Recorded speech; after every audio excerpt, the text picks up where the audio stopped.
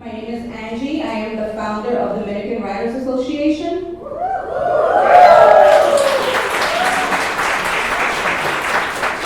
And we have about 5 months putting this event together. So I'm so glad it's finally here. Between Olivia, who's standing back there, say hi, Olivia, with HarperCollins. Veronica from Word Up, where you purchased your book. And myself, we've been planning this event. Another thing is, I want to thank Alianza Dominicana Cultural Center for allowing us to use their space for this event. Want to thank Urban Word, Word Up Books, and Wolf Foods, which is selling Dominican vegan food up there. Their sauce is cracked, make sure you get some. So to begin, we are here to celebrate writing of all kinds, but especially poetry and the publication of Poet X by Elizabeth Acevedo. Tonight we're going to have 2 young poets open up for Liz. Then she will come out and talk about Poet X and perform some poems from the novel. She will be taking 2 or 3 questions, and she'll be signing their books. Our first presenter is going to be Kaylin Vasquez. Kaylin is a Boricua poet born and raised in Brooklyn. She's performed at the Library of Congress in Washington, D.C., as well as several well-known venues around New York City, such as the Apollo Theater, New Eurekan Poets Cafe, Lincoln Center, and many others. She has published in Lincoln Center's 2015 Poet Link Anthology. A member of the 2016 Urban Word Youth Slam team, Kaylin traveled to Washington, D.C. to represent New York City at the Brave New Voices International Poetry Slam. She wrote and performed her own one-woman show in the Journal to Journey program, in collaboration with High Arts New York City and New York Live Arts. Kaylin is currently a 2017 Youth Poet Ambassador for New York City and is a founder of the first ever Hunter College Slam team. Kaylin?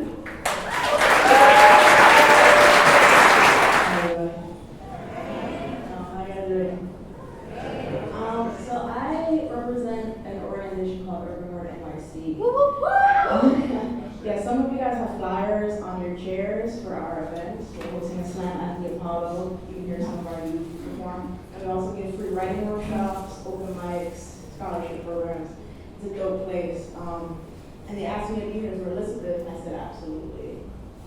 Elizabeth has been someone that I've done work with for a couple of years, and the humble and joyous and loving light that she brings everywhere is just infectious. And I think she champions what we say when we mean doing the work, right? Doing it craft-wise, but also just with the energy she brings into the space and the way she will love on you and be there for you. So I'm very honored to be here, wherever you are, Elizabeth.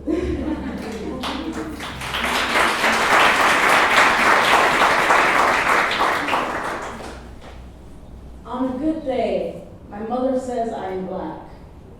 My father snapped quicker than a whip. He swear he got enough self-hatred to dull the genetics. He swear he married a white passing woman. He swear he dug up every slave that ever died on my island and reburned the bodies. Now all that's left is his skin. But even this can be cleansed. Even blood can be erased so long as it is bleached enough times. On a bad day, my mother is the whip, which snaps with my father's wrist. Columbus is both a colonizer and a savior. Without him, where would we be? I say black and alive. They say black and mean as good as dead. Or on special days, my mother holds a funeral. She cries for her black husband, her black son. Neither one of them have died yet, but this is inevitable. She carries the proof in her skin, how our people were just black enough to turn to ash. How our magic not stop a sea of ghosts looking for another body to take. She feeds me juka as if to say she is sorry, that nothing else survived the pillaging, that even this too is white. When African slaves were brought over to Puerto Rico, Taínos fell in love with them. Had children so both our generations would survive genocide. Taínos still went extinct. My parents do not want me loving my blackness. They are afraid of history repeating itself. They would rather I live in whiteness than in blackness, and not at all. I want to tell them that maybe whiteness is death, that our island has always been possessed and still finds a way to sing, to dance, to live, that we have woken up every morning to repaint our history, that blackness is the reason we have these histories, these heartbeats, these stories. I want to say we're black, and mean we're still alive.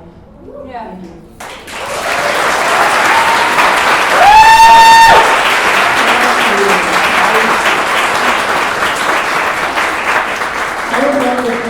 I always love to see the youth embrace spoken word like that. So our next poet is Bobby Johnson. Bobby is a young black poet born and raised in Bowie, Maryland. Bobby performed with Split This Rock's DC Youth Slam Team for the latter of her high school career, where she attended Brave New Voices, authored her first chapbook, For Sale, and was awarded the DC Youth Grand Slam Champion of 2016. She is currently a student at New York University studying acting and creative writing at the Tisch School of Arts. Bobby is continuing to celebrate and amplify her black womanhood through her writing in a world that is constantly trying to silence her voice. Bobby? Hello, hello, hi. You guys are so beautiful. Oh my goodness. You guys look beautiful from back there when I can see the back of your heads, but your faces are just as pretty. It's so great. Thank you to Liz and Olivia and all the powers that be that allowed me to be in this space. I'm so grateful to be here and to share some of my poetry with you all. I met Liz being a part of the DCU's swim team. She was the coach for 2 years. In the latter half, our team was way smaller and all women, so we spent our summer in her house, which was like a weird thing, and now she can't get rid of me, so.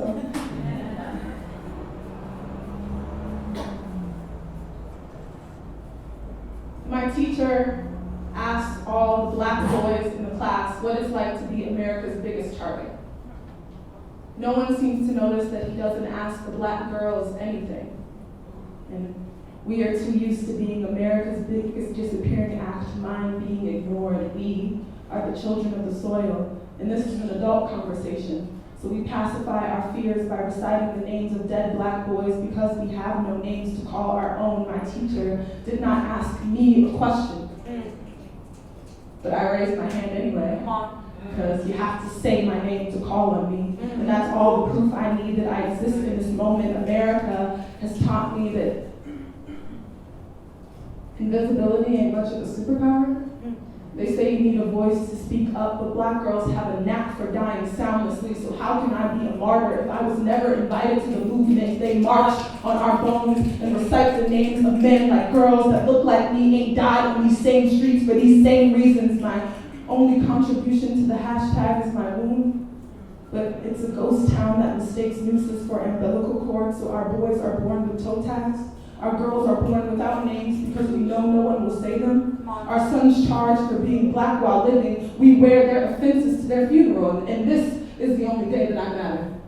The day that I could trade in my son's obituary for a name. There are girls that look just like me, who disappeared in droves, and we called them our girls as if it was too much of a hassle to learn their names. There are days when I misplace the sound of my own name.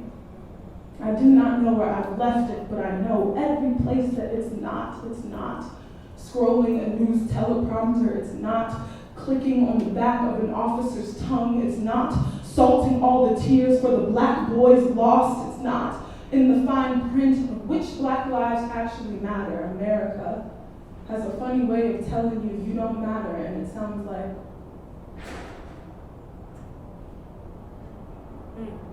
if a black girl falls dead in the streets and no one is there to hear it, did it happen? If a black girl falls dead in the streets and everyone was there to hear it, did it happen? If a black girl who was never told she was standing dies, does it even count as a fall?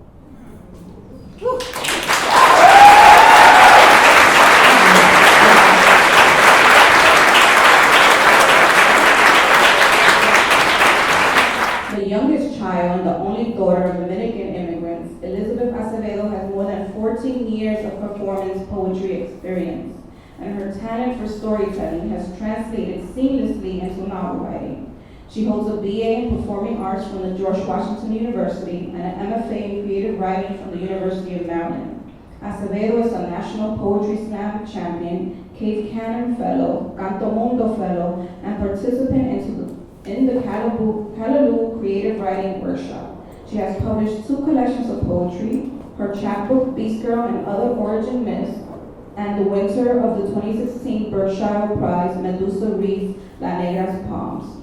The Poet X is her debut novel. She lives with her partner in Washington, D.C., and you can find her online at acevedopoetry.com.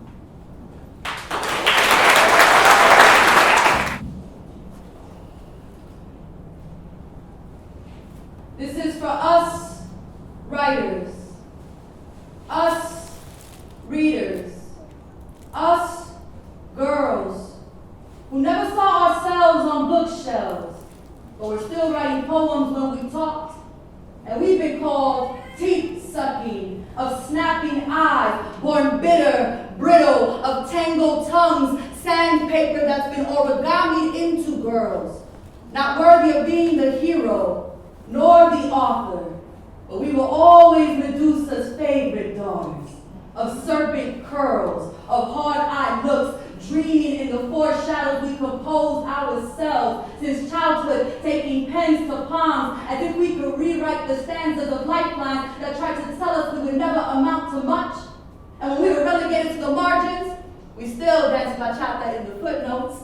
We still plot our ways onto the covers, brought our full selves to the page, our every color palette and bouquet of pansies, of these big hoops, of these big hips and smart-ass quips and popping bubblegum kisses, us girls who never saw ourselves on bookshelves, but we're still writing tales in the dark, us brown girls, brick-built, masters of every metaphor and every metamorphosis. Catch us with fresh manicures, nail fighting down obsidian stone, and painstakingly crafting our own mirrors and stories into existence. New York, how y'all doing? I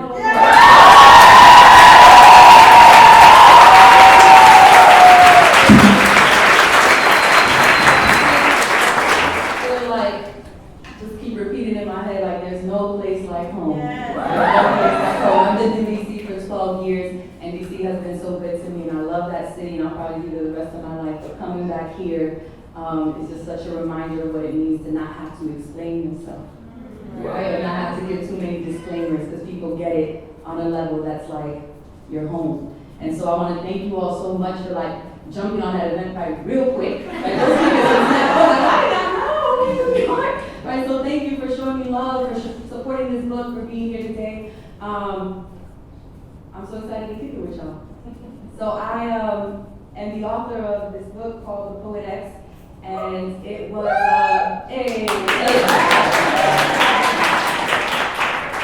it was legitimately a labor of love. So I was an 8th grade English teacher in Prince George's County, Maryland, and I taught at a school that was 77% Latinx. And my first day there, the vice principal, Ms. Garrett, came up to me and said, in our entire existence, there has never been a Latinx teacher who was teaching anything other than Spanish. And so my students will come in English class and be like, oh, is this the right class? And I'm like, sit down, yeah, this is the right class, right? And so it was a way that I could connect with these students that they've never experienced before. And it was amazing for me, right, to have like moms calling me like during like my lunch hour, like, oh, you know, the lady's not coming in class today. And I'm like, okay, I'm not the front office, but like, cool, I got you, right? That there was this connection that they saw. And that meant that there was this investment. I had invested in all my students, right, all my students, but there was this like wanting them to be successful because I knew who they were, right? I knew who my Black and Latinx students were, and I wanted them to win. And so it hurt my heart when they didn't like reading. Right? Because you're an English teacher, you're like, here are books, this will save your life. And they're like, nah, bro, we ain't reading. And I had this one student, Catherine Bolaños, who was amazing. She was this super bright, super fierce, just ferocious individual, but tell you how it was, right? And she could not stand silent reading. And I would push every book. Here's Hunger Games, here's Twilight, whatever was popular, I'm like, you're gonna love this. And she's like, not really, bro. I'm like, okay, what do you want? What book can I get you? What will you read? And she said, I just feel like none of these books are about us. These books aren't about us. They don't look like us, they're not from our neighborhood, they don't speak like us, they don't walk through the world like us, like, these ain't our books. And so I'm like, okay. And with my little teacher budget, I went out and got signed as these NATOs, and who y'all is, right? I got like all these authors and like brought them in. I was like, here are books, here are books, here are books. And then 2 weeks later, she's like, that was amazing, I'm done, what's next? And I'm like, dang, like that's I ain't got no more budget, I ain't got no more books. That's more books. Now I'm on, Catherine. And it was those two questions that really sparked my thinking about, as a writer and as a poet, I would perform for my students and I would show them videos, and then they could not take that with them. There was nothing tangible they could hold. And I wanted them to be able to have something they could have in their backpack or on their bookshelves or on the train to say, like, here is a story where I am seen, right? And so this book started then, that was 2012. And I decided I was going to go back to grad school to get my MFA in creative writing because I wanted to dedicate myself to the art of storytelling. I wanted the time and the space to just read and write and like talk to other writers and get to know other writers. And that was an incredibly hard experience. I was the only student in my entire program of Afro descent. I was the only student in my program of Latinx descent that was writing about that experience. I was the only student in that program from a major city who was writing about being from a major city. So I would turn in these poems, all these like hood morenita poems, right? Like Spanish words sprinkled throughout them. And I would get them all back, and all the Spanish words would be circled, or there would be question marks in the margins. Like, you don't want to look that up? Like, Google is free.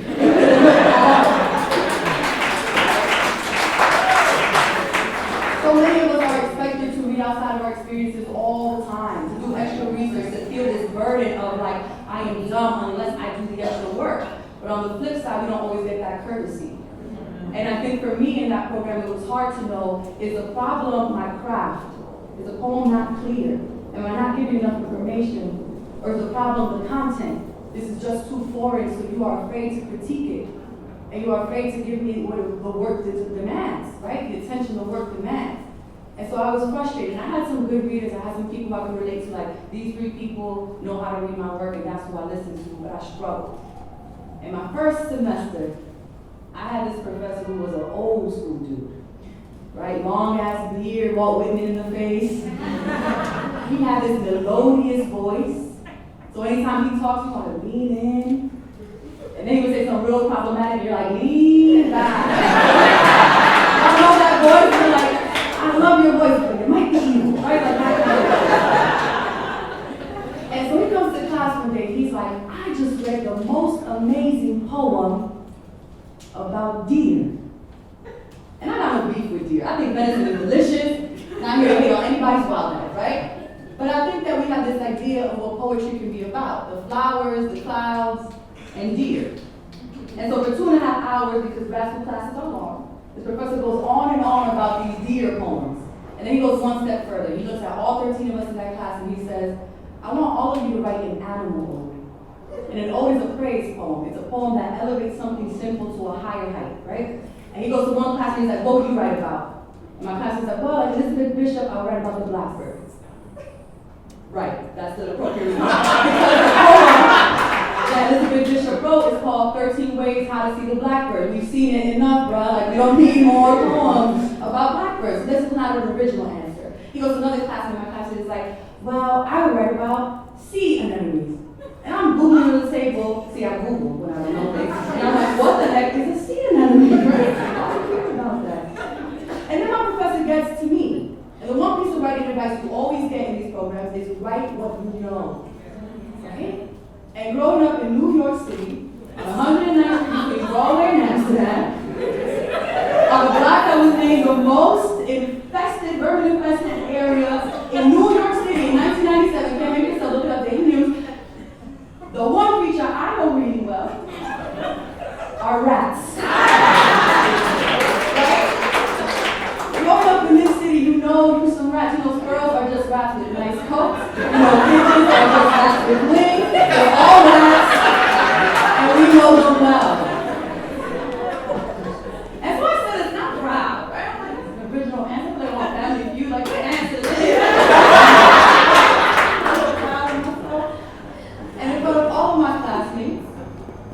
In a space I often felt alone.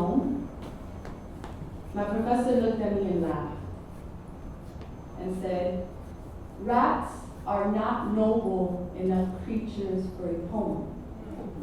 I think you need more experiences." And I think when you are writing from a background, from an island, in a country, in a place, in a heritage that was colonized by nobility, that is one of the most degrading things you could say to someone. And I know he didn't mean it like honor. This creature doesn't have honor. But what is honor when you come from a body where honorable people, right, decimated your island? Right? Like, what does that mean? And you know this is the work that I'm writing.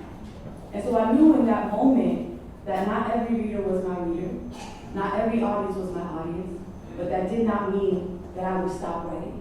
Because I knew that one day, or I imagined or hoped that one day, there would be a room of readers like you all, who might be there to say, yes, your story matters and I see you, sis. And yes, thank you for seeing me. And so,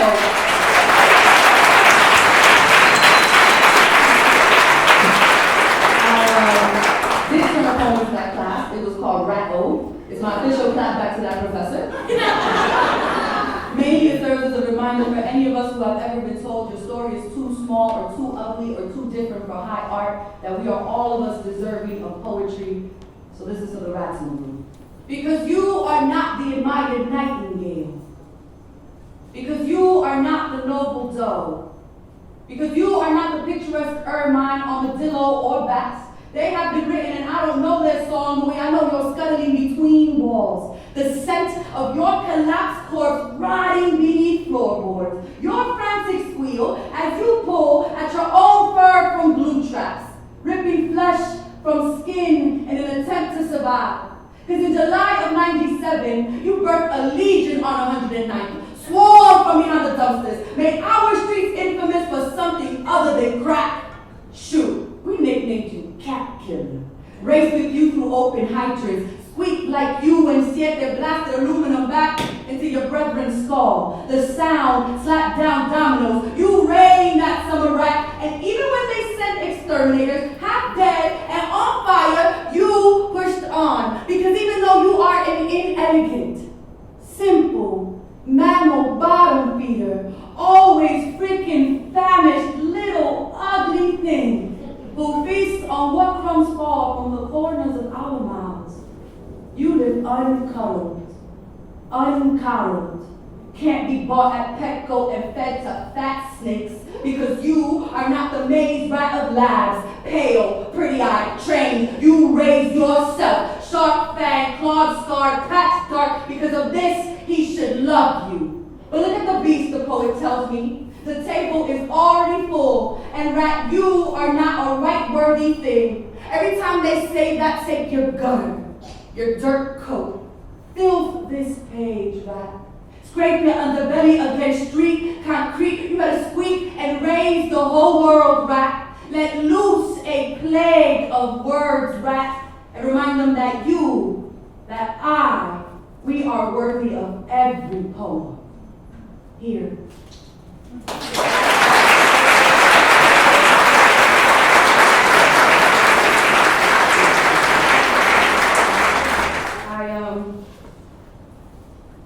am lucky. I consider this book a rap book because it is about telling the story and telling the markers and using the trademarks of what you know to elevate what you love, to elevate the hard parts and the dysfunction, but also to celebrate the joy, right? That this was a book about family and faith and girlhood and rape culture, what it means to grow up hearing about and from men about your body, about who you are, about who you should be, hearing about what kind of womanhood you have to enact in order to be a good woman or a niña de la casa or whatever the case may be. That this is a book about having cultural norms and also the hood and American norms and having to translate continuously. And so I want to read a little bit from the novel and just tell you some information about Xiomara Batista, who was a character that was hard for me to find, but when I found her, I was like, word, I've known you. I know you. And so I'm going to read from the beginning and just give you a sense of who she is, and then we're going to skip a little bit to the back, and then we'll have a Q&A. So if there's any questions that you've been thinking about, you can start formulating those. Please take the next 2 or 3. So this is Xiomara.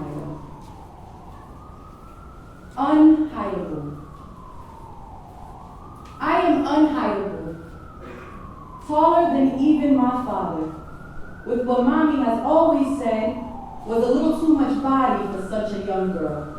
I am the baby fat that settled into D cups and swinging hips, so that the boys who called me a whale in middle school now ask me to send them pictures of myself in a thong.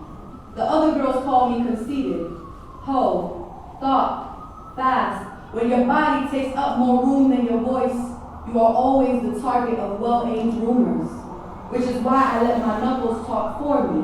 Which is why I learned to shrug when my name was replaced by insults. I have forced my skin just as thick as I am.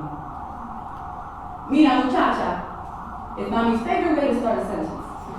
And I know I've already done something wrong when she hits me with that, look, girl. This time it's, mira, muchacha, Marina from across the street told me you were on the stoop again, talking to los vendedores. Like usual, I bite my tongue, and don't correct her, because I hadn't been talking to the drug dealers, they've been talking to me. But she said she doesn't want any conversation between me and those boys, or any boys at all. And she better not hear about me hanging like a wet shirt on a clothesline just waiting to be worn, or she will go ahead and be the one to wring my neck. Oíste? She asks, but walks away before I can answer. Sometimes I want to tell her, the only person in this house who isn't heard is me. Names. I'm the only one in the family without a biblical name. Shit, your mother isn't even Dominican. I know because I Googled it. And she Googled it. I know because I Googled it. It means one who is ready for war. And truth be told, that description is about right. Because I even tried to come into the world in a fighting stance. Feet first, had to be cut out of mommy after she'd given birth to my twin brother, Acevedo, just fine. And my name labors out of some people's mouths in that same awkward and painful way, until I have to slowly say, Si Omara.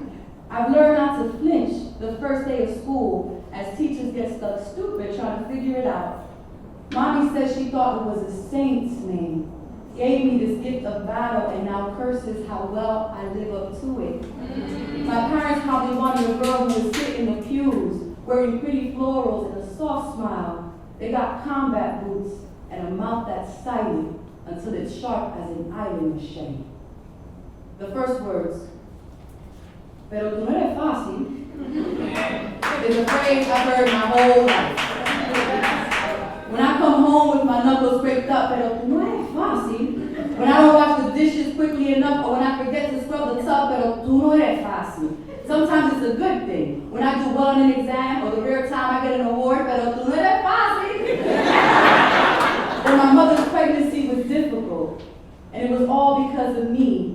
Because I was turned around and they thought that I would die, or worse, that I would kill her. So they held a prayer circle at church, and even Father Sean showed up at the emergency room. Father Sean, who held my mother's hand as she labored me into the world, and Papi paced behind the doctor, who said this was the most difficult birth she'd been a part of. But instead of dying, I came out wailing, waving my tiny fist, and the first thing Papi said, the first words I ever heard, pero tú no eres fácil. You sure ain't an easy one.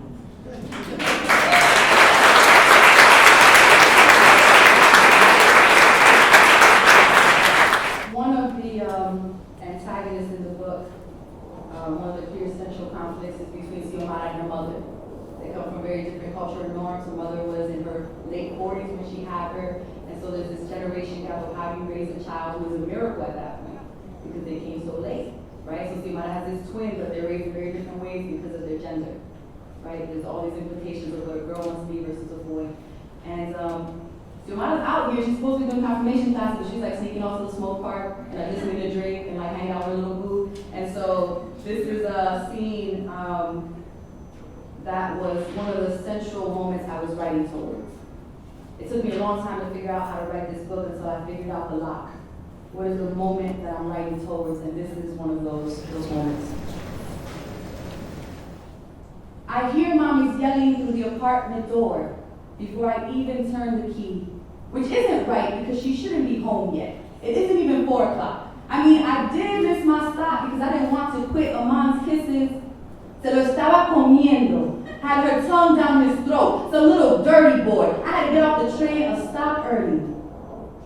I know them. Mommy's eyes were a fan, and my makeout session on the train was the shit hitting it. Lucky me, she's yelling from her bedroom, and I let myself into the one I share with Twin, click the door shut and slide down to put my head between my legs. I don't know how much time has passed before Twin opens the door, and even through the wall of his silence, he understands something is wrong. He crouches next to me, but I can't warn him of the storm that's coming.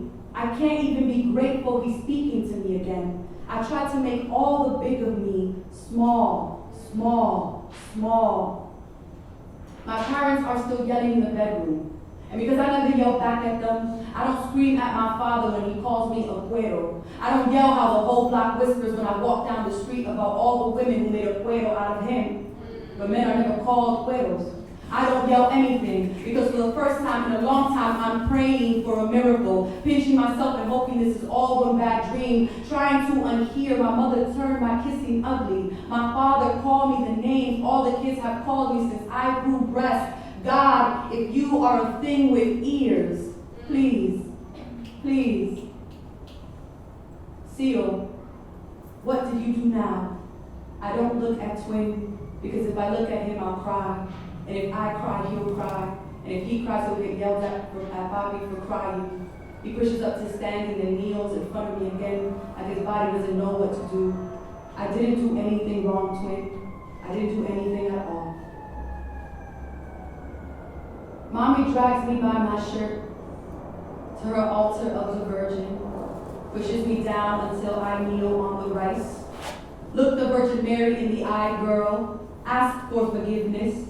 I bow my head hoping to find air in the tiles. My big is impossible to make tiny, but I try to make an ant of myself. Don't make me get more rice. Mira la Santa Maria in the eye. I've learned that ants hold 10 times their weight. Look at her muchacha. Mírala, can crawl through crevices. Have no God but crumbs. Last chance, Xiomara. Santa Maria, llena eres de gracias. They will survive the apocalypse. Little brown ants and hill building ants and fire ants, all red ants.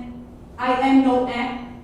My mother yanks my hair, pulling my face up from the tiles, constructing a church arch of my spine. Until Mary's face is an inch from mine, I am no ant. I am only sharply torn, something broken in my mother's hand. Cuero, she calls me to my face, the Dominican word for hope. I want to tell her, maybe this is what a cuero looks like. A regular girl with pocketless jeans that draw grown men's eyes, a girl with long hair, or a nose ring, or a lip ring, or a tongue ring, extra earrings, any ring but a diamond one on her left hand, a girl who wears skirts, shorts, tank tops, spaghetti straps, a cuero lets the world know she is hot, she can feel the sun, a spectacular girl with too much ass, too much lip, too much sass, with hips that look like water, waiting to be spilled into the hands of thirsty boys. I want to tell her, a cuero can be a plain girl, with nothing llamativo, nothing that calls attention. She can be a forgotten girl, one who parts her hair down the middle, whose mouth doesn't look like it is forever waiting, who doesn't have cleavage. Un maldito cuero, a cursed cuero. Maybe she's right. I hope she's right. I am anything that makes sense of this panic. I loosen myself from this painful flesh. See, a cuero is any skin. A cuero is just a covering. A cuero is a piece of leather, a loose thing tied down by no one, fluttering and waving in the wind, flying, flying. Mommy says, there be no clean in men's hands. Even when the dirt has been scrubbed from beneath nails, when the soap sent from them suspends in the air, there be sins there, girl. Their washed hands know how to make a dish rag of your spine, will wring your neck. Don't look for pristine handling women, use your tears for pine saw. They'll mop the floor with your pride. There be no clean there, girl. Their fingers were made to scratch dirt, to find it in the best of things. Make your heart a Brillo pad, brittle and steel. Don't be no damn sponge. Their fingers don't know how to squeeze nicely, nightly. If you imagine men's kisses, soft touches, a caress. Remember Adam was made from clay that stains the hand. Remember that Eve was easily tempted. I want to tell my mother, My mouth cannot write you a white flag. It will never be a Bible verse. My mouth cannot be shaped into the apology you say both you and God deserve. And you want to make it seem like it's my mouth's entire fault because it was hungry and silent. But what about your mouth? How your lips are staples that pierce me quick and hard. And the words I never say are better left on my tongue since they only would have slammed against the closed door of your back. Your silence furnishes a dark house. But even at the risk of burning, this mouth always seeks the light.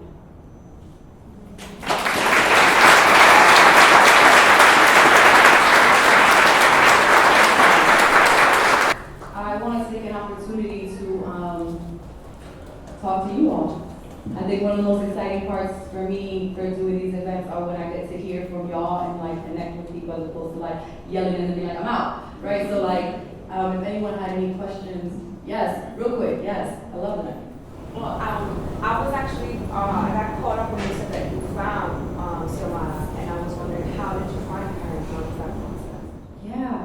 So I think a lot of folks are like, sometimes characters just come to you when they're fully arrived, right? And I've had that happen where I'm like, this character is talking to me and she needs to have her story told. I think Xiomara was someone I like had to keep chiseling out of marble. Like I didn't know who she was.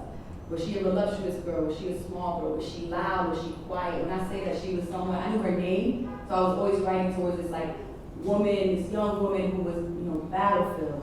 But what does that manifest as?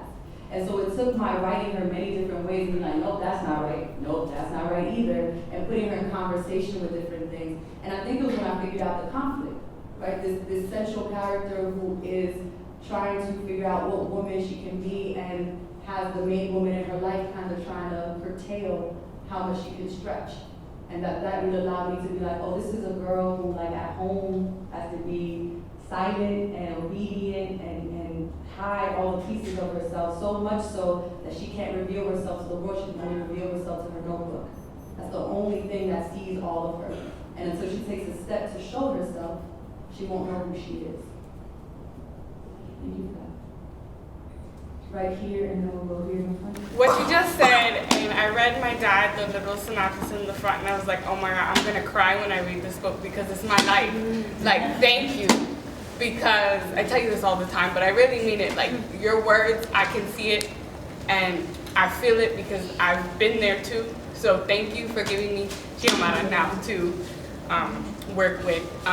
But my question is, what was it like for you to take your poem or poetry and make it into a novel? Because I'm trying to navigate that. Yeah, the process of writing this was incredibly hard. I mean, I started in 2012, and I got 40 pages in, and I knew there was something there, but I didn't know how to write fiction. That poems are very singular, they're self-contained. A 10-page poem is considered very long, right? And so 40 pages, I was like, all right, I'm done. This is a story, right? Like, here we are. And I had to go off and write other projects and teach myself how to write fiction. So I was in a creative writing program for poetry, writing fiction on the side because the program made me feel like I wasn't a writer. And most definitely that I wasn't a poet. And so I started writing prose because it was such a difficult program, right? So on the low, I was like, making my own master's, reading all these novels, all these YA novels, and just trying to figure out how do you tell this story. So I wrote a fantasy novel about a Dominican American witch that I was like, this is gonna be a trilogy. It's gonna be like Harry Potter, but in Española. It's amazing. It was awful. 400 pages in 2 years of awful, right? And then I went and wrote a novel about a teen chef living in Philadelphia who is also a teen mother. And it has magical realism, and it's like, how do you follow your dreams after, right? There's a lot of books about young women who are pregnant and making a decision. What happens 4 years later? You gotta figure out, okay, the decision is made, and now how do I follow what I wanna dream about, right? And then I went back to the story. Because then I had a sense of like, how do you create a narrative arc? How do you have interiority, right? This initial book had too much of her inside. She was interacting with people. So now I had a better sense of how do you bring characters in, how do you create dialogue. And so I had to learn plot, and I had to learn arts, and I had to learn all of that before I could write this book and then string the poems together and find the holes. Where are the holes where other characters aren't coming through? Where do we not see her enough? Where do we need more studying? And then write those pieces. But it was a learning process. I've worked on other verse novels, and everyone is different. Every one of them means something different, and I think you figure it out as you go along, like, how do you manage the lyric, but also the story. I was also lucky to work with like an amazing editor. Who's right here. I call her OG of publishing. I'm so lucky that she came in and was like, "Word, okay, so this is what we're gonna do as well." So she got amazing feedback that helped me figure out. So like just having other people read it who can give you like, you know, I don't know if the story's working. I get wrong answers, y'all, my bad. Right here. Can you relate to Yamada in any way? Yeah. I'm laughing because I feel like my mom's gonna ask me in a second, like, why are you out here talking like this? Why are you talking about me? I'm trying to figure out how to say this. My mother's also here. She's here in the front looking all cute, little leather hair. Okay, I see you, Mom. I think I relate with a lot of the emotional truths that she encounters, right? It's hard to grow up in a city where every time you walk out your door and you're walking anywhere, someone is hollering at you, is talking about your body, saying something. As young as 12, I had comments about my body and I didn't know what that meant, right? Because on one level, I'm like, I feel hyper visible. I feel like you can see too much of me, and really I was just trying to go to the day for some chips and like, this is too much. But then there's the flip side, right? My best friend and I would walk down the street, and if she got hollered at and I didn't, I'm like, am I ugly? Am I not cute? Like, why don't I get that attention? So it's this weird, like, feeling invisible, and like we're taught to buy into this culture of like hypervisibility and invisibility at the same time. And so I relate to this character who's figuring out like, I want to see, but I don't know if I want to be seen. And I want to love someone, but I'm afraid of like what that means. And this character who definitely like first generation, I think there's a lot. I think there's a lot to have all these cultural norms that your parents want you to keep, but then also be like, things are different here. And I don't know how to say that. I don't know how to say that to you, that that's not how it's done. What values do you keep and what values do you let go? And how do you push your parents to let go of values that may not serve your family? How do you have that as a young person who's taught to like be quiet and listen and be good? How do you say, I wonder if maybe we could try this? I don't have to be my voice, which I've never done, right? I did it for the book. I like tested it out. I was like, oh, okay, word, that hurts, right? But it's a very Caribbean thing that I know some folks go through. So what is it that we keep that we don't realize like our families don't need this? And it's not healthy. And so I related to a lot of those core truths. The character herself was tough for me. She was a tough cookie. I think I was more loud and vocal. She has to chip away and figure that out. Yeah, thank you for that. Okay, we have time for 2 more. I'll go here, and then I saw your hand with the pineapple. And then you can ask me a question when we're over there, Santos. Yes? I guess a little bit about what you were saying when you started writing the other 2 books. I guess how did you deal with, I don't want to say failure, but like failure. Like, how did you it's hard to put your time and energy into something and then not see it like come to fruition. Like, how in your process did you deal with like having to let something that you put energy and have to just let it go? Like it's hard to do with not just writing, but like your career-wise and anything like that. How do you like keep it moving?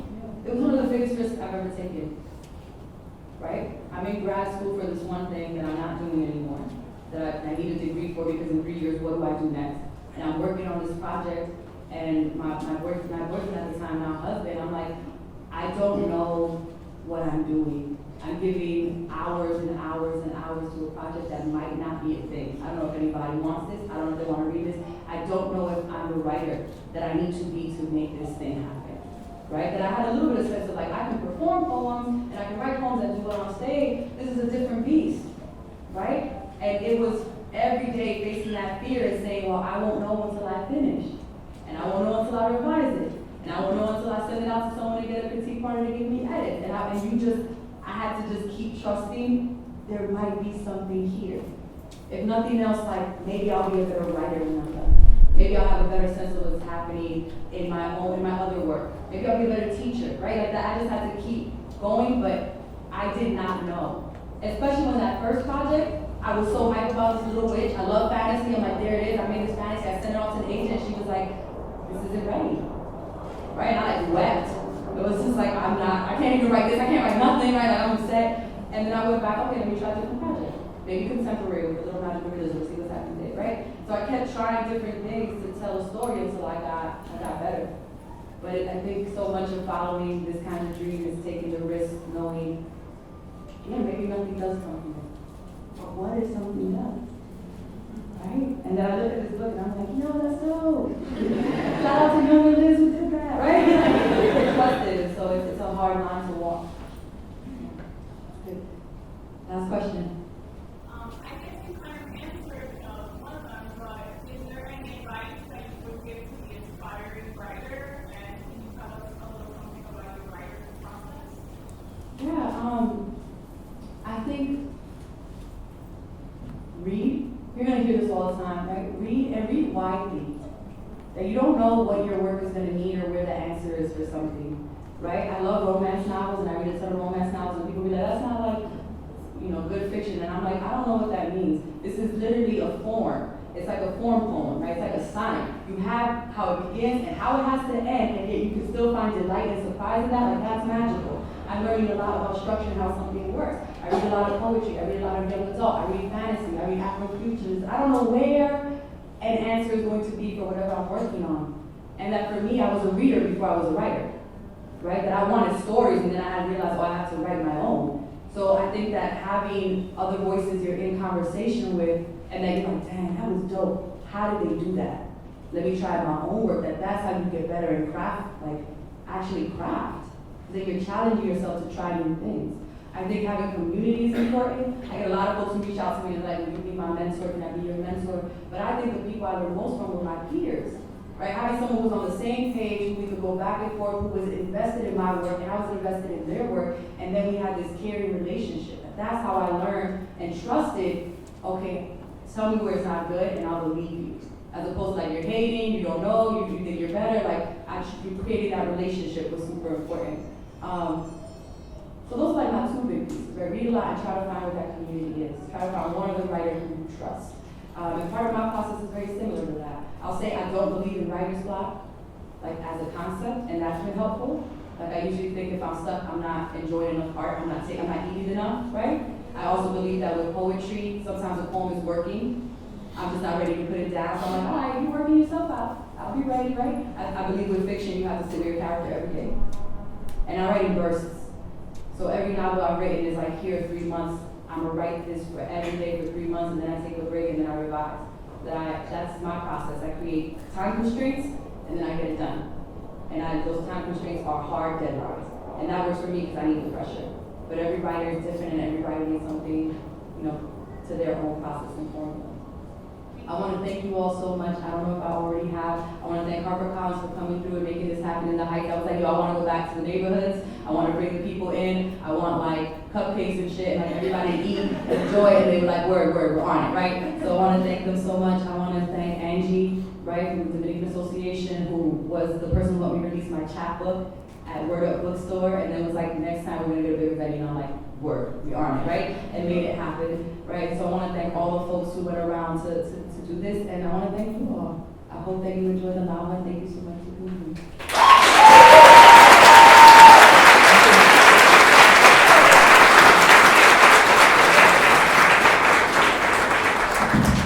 Liz is one of the most humble, down-to-earth people I know. When we did her book release 2 years ago at Word Up, we had a line all the way almost to the corner of the block. And that's when I said, yeah, we can't do this again. And this time around I said, I'm going to get you a bigger venue. And she's like, you sure I'm gonna fill that up? Are you sure? And I'm like, girl, I'm sure you're gonna fill it up. And guess what? The event sold out in 3 hours. Then she's hitting me up and she's like, the sales is done? My family didn't even get tickets. She's like, is that for real? And I said, girl, I got you. Your family's on VIP. They don't need to register an event, right? I'm not gonna do you like that. But goes to show that she's always in awe of how many people love her work and support her. And I also want to say say, I wish I had someone like Liz when I was growing up as a young writer taking creative writing in college. I didn't have anyone to look up to as a college student and just writing. And I had to do my own research. No one was telling me about Dominican writers. And I came across Angie Cruz, who actually grew up 2 blocks from here. She grew up on my block, actually, on 164 in Edgecombe. And for me, that was just that was just amazing to know that Angie Cruz was this Dominican author who wrote about Dominican things. She grew up in Washington Heights, and wow, you know, I could do this. If she could write, I could write. And we need representation. Representation is so important. We have the youth from Alianza Dominicana who got a copy of their book. They're sitting back there, the young women. And these are things that we like to encourage them to come to these events and see that, you know, we're doing something out here as writers, and, you know, there's no one like Liz. But thank you all for coming. Sorry.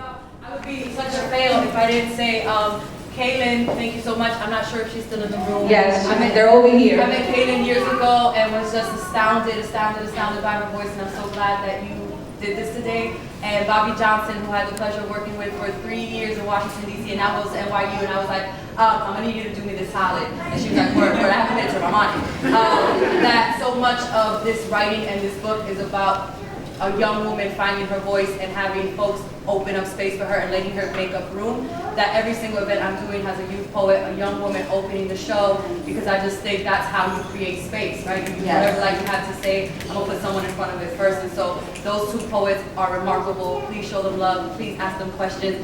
They're way smarter, gonna save the world way faster than any of us will. So like, holler at them. And I was such a fail for not saying that. So sorry, I love you.